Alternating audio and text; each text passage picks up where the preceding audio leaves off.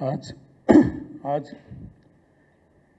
इस press meet का मतलब ये है कि 438 डेज हो चुके हैं आज कांग्रेस गवर्नमेंट बनकर। ये 438 डेज हमारे लिए पूरे 438 डेज एक ब्लैक डे की तरह है, क्योंकि जब से कांग्रेस इस रियासत में हुकूमत संभाली, यहाँ पर यूपी से बदतर हालत आज मुसलमानों की यहाँ पर अक़लियतियाँ। वहाँ पर यूपी का सीएम योगी आदित्यनाथ अगर जितना ज़्यादा टॉर्चर है, उससे डबल टॉर्चर यहाँ पर इस रियासत में है। और यहाँ पर संगारेड्डी का जो रिसेंट का वाक़या है, उस पर भी मैं सख्ती से मजम्मत करता हूँ। कोई मिनिस्टर को इंटरेस्ट है ना किसी को इंटरेस्ट है। आज हमारे फेस्टिवल रमज़ान का दूसरा फेस्टिवल आ रहा है इनकी हुकूमत संभाले बाद से। आज तक एक भी चीफ मिनिस्टर साहब को मुसलमानों के कोई फेस्टिवल से इंटरेस्ट है, ना ही कोई मुसलमानों के मसाइल से। सबसे पहली बात यह है कि 438 डेज इन्होंने हुकूमत संभाले, बड़े बड़े वादे करे माइनॉरिटी डिक्लेरेशन में। एक सिंगल वादा आज तक माइनॉरिटी डिक्लेरेशन का इन्होंने फुलफिल नहीं किया। यहाँ तक कि मोहतरम केसीआर साहब का अगर मैं नाम लूँ, कल्वाकुंट्ला चंद्रशेखर राव साहब तारीखी हैसियत रखते हैं। उनका नाम अगर लिया जाए तो मैं तो ये कहूँगा सुनहरे अल्फाजों में लिखा जाए, क्योंकि वो खुद जब चीफ मिनिस्टर बने हैं, वज़ीर आला बने हैं, तो नायब वज़ीर आला एक मुसलमान को दिया था। और जब दूसरे टर्म में उन्होंने हुकूमत संभाली तो खुद जब चीफ मिनिस्टर बने, वज़ीर आला, सिर्फ एक शख्स को अपने साथ वजारत में शामिल किया, वो मुसलमान को किया, वो भी वज़ीर दाखिला जैसे ओहदे से। शर्म आनी चाहिए रियासत के वज़ीर आला रियासत के वज़ीर आला हमारे अनुमुला रेवंत रेड्डी साहब को, केसीआर साहब को अगर मैं ये मुकाम दूँ कि एक वो अक़लियतों के दोस्त है, अक़लियतों के लिए मसीहा है। क्योंकि आज ये हालत हो गई रियासत तेलंगाना में कि रियासत तेलंगाना के खुद कांग्रेसी कायदीन जिन्होंने इस बार कांग्रेस से एमएलए के लिए कॉन्टेस्ट किया, वो लोग पूरे बज़न हो चुके हैं इनसे। आखिर बज़नी का ये आलम हो गया कि उन्होंने खुद मीटिंग में इस बात को तस्लीम किया कि अगर मैं अक़लियतों के ताल्लुक़ से अगर मैं ज़बान खोलूं तो मैं बदनाम हो जाऊंगा। और ये शेर कहते हुए रुखसत हो गए कि आहा भी करता हूं तो हो जाता हूं बदनाम, वो कत्ल भी करते हैं तो चर्चा नहीं होता। इस बात पर ख़त्म हो गई। और कई कांग्रेस की कायदीन ने इस बात का भी जिक्र किया कि हम एक इनकलाब बर्पा करेंगे पूरी रियासत में, क्योंकि अक़लियती की मसाइलों को हल नहीं किया जा रहा। मैं ये कहूँगा कि आने वाले असम्बली इंतखाबात हो या और यहाँ के बल्दिया इंतखाबात हो, क्योंकि जो बाकी एमएलए है उनके भी इलेक्शन होने वाले हैं। और तेलंगाना रियासत की जो 4 करोड़ अवाम है, ख़ास करके अक़लियतों के मसाइल, अक़लियतों पर मैं बात करने का आज का मेरा मौजू था।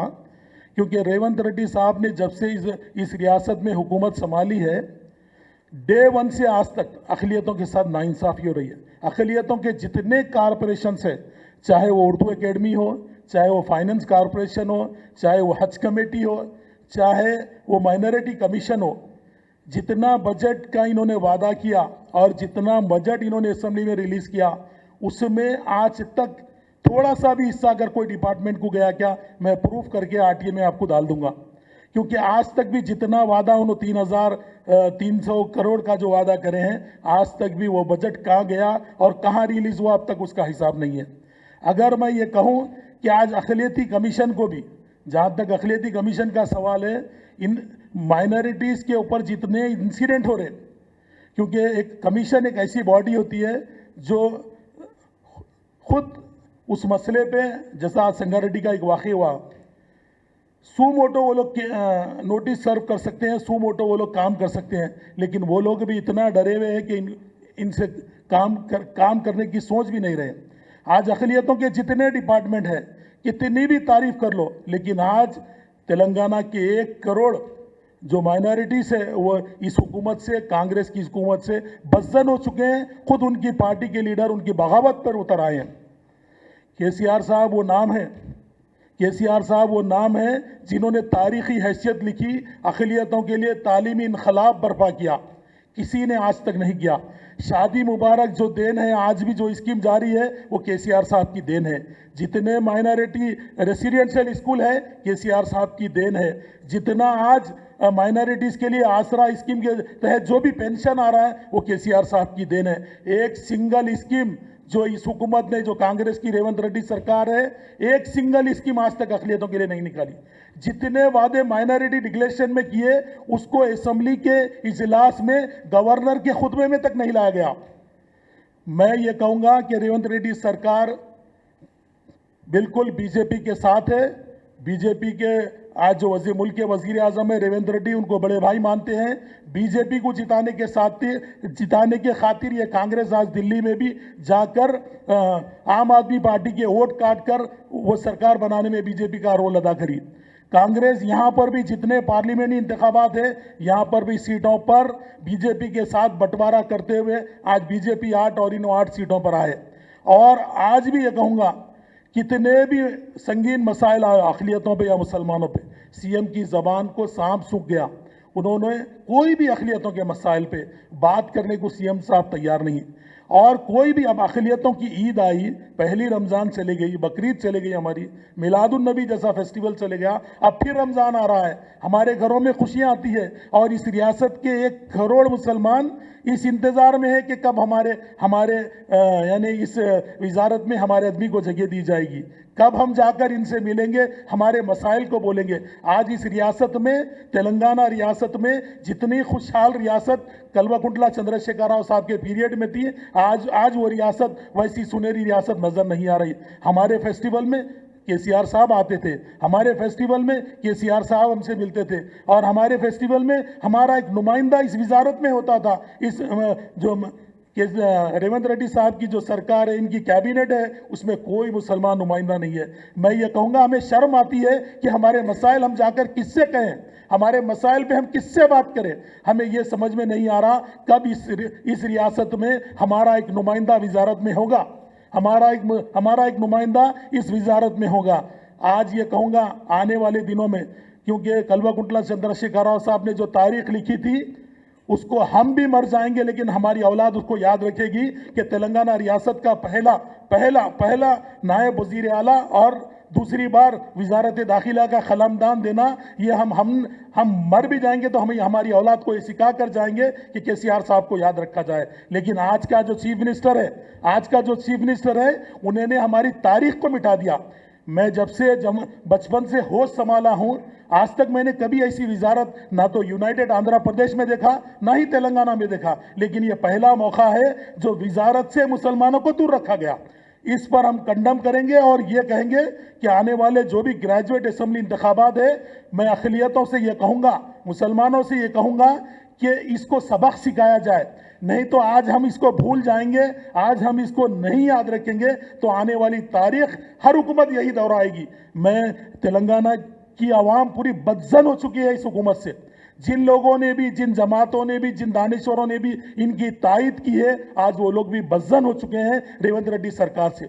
हम भी इंशाल्लाह एक बहुत बड़े पैमाने पर हम जामे लोगों को जमा कर रहे हैं, हमारे माइंडेड लोगों को जमा कर कर जहाँ भी कांग्रेस का लीडर अगर आएगा तो हमारा पहला सवाल यही होगा, जब तक तुम वजारत में हमारे नुमाइंदे को शामिल नहीं करेंगे, हमारे एरिया में दाखिल मत हो।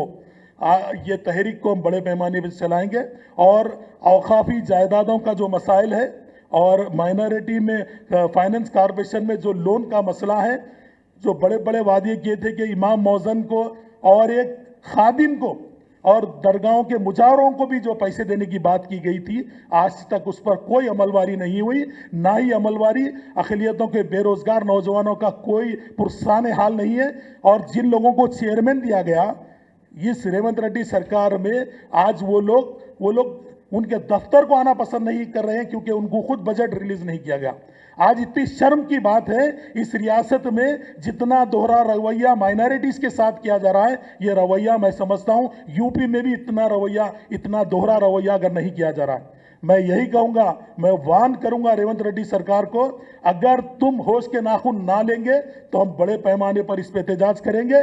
और मैं ये कहते हुए इस बात को दोहराऊँगा कि हम जो भी तहरीक चलाएंगे, इसको बड़े पैमाने पर तहरीक चलाएंगे। और मैं साफ तौर पर रेवंत रेड्डी सरकार से ये कहूँगा, क्योंकि अब फेस्टिवल आ रहा है, अगर ये फेस्टिवल से पहले जितने तुम तुम्हारी कांग्रेस के कारकुनान और जितने लीडर्स इफ्तार पार्टियों में जाएंगे, मुसलमानों से मिलेंगे, वहां पर पूरे तेलंगाना के 1 करोड़ मुसलमान आपसे यही सवाल करेंगे, पहले मुसलमान को वजारत में जगह दो, फिर हमारे दरमियान में आओ। और मैं आवाम से यही कहूंगा, कांग्रेस के कोई लीडर को इफ्तार पार्टी में इनवाइट मत करिए और इनका बाइकाट कीजिए, क्योंकि ये एक हमारी हैसियत का मसला है। वजारत एक ऐसी चीज होती है जहां इस रियासत के अहम मौजू पर गुफ्तगू होती है, अहम मौजू पर बातचीत होती है, स्कीमात का जिक्र होता है, डेवलपमेंट का जिक्र होता है, हर कम्युनिटी को नुमाइंदगी दी गई। लेकिन अकलियतों के साथ इस सरकार ने जो नाइंसाफी की,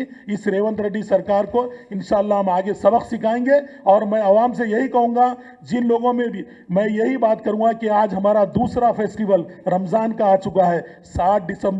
7 दिसंबर 2023 को इन्होंने हलफ लिया था, लेकिन आज फरवरी 2025 आ चुका है, अब फरवरी भी ख़त्म है, अब 2 दिन में हमारा रमज़ान शुरू है। लेकिन आज तक भी रमज़ान का एक खुशी का मौका होता है, अक़लियतों में एक उत्साह होता है, लेकिन फिर भी हमारा कोई नुमाइंदा इस सरकार में नहीं। हमारे जो इश्यूज़ है, ये रमज़ान में हमारा फेस्टिवल पूरा 1 महीना चलता है, उस फेस्टिवल में हमारे मसाइल को हल करने वाला यहाँ पर कोई मौजूद नहीं। सरकार में एक दूसरे माइनॉरिटी लीडर में भी तालमेल मौजूद नहीं है। आखिर ये आलम हो गया कांग्रेस के, जिन लोगों को चेयरमैन दिया गया और जिन लोग पार्टी से कॉन्टेस्ट करे हैं, वो लोग भी बगावत पर उतारे हैं। मैं उन बगावत करने वालों को भी सलाम करूंगा, तुम्हारी जुर्रत को सलाम है। मैं यही कहूंगा, तुम में हिम्मत है, अगर इस